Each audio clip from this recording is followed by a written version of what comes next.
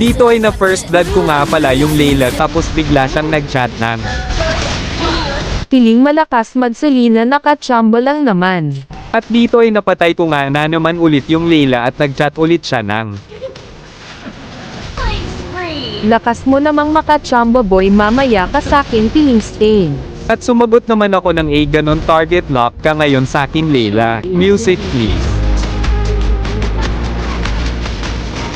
At nung napatay ko siya dito ay espontrapan ko nga pala siya, tignan nyo kung paano ko siya i-predict.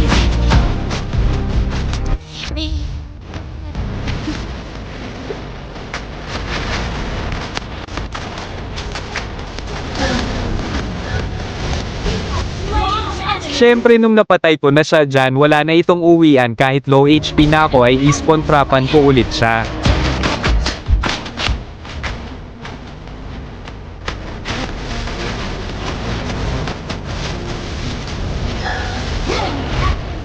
At dito ay naglagay nga pala ako ng tae dyan para may dagdag vision ako sa kanya, tignan nyo i-predict ko siya sa second tower. Tapos nito nag-chat na siya ng. Sorry na Salina please tigilan mo na ako. Pero di pa ako tapos kaya espontrapan ko siya sa base nila. Boom sa pole.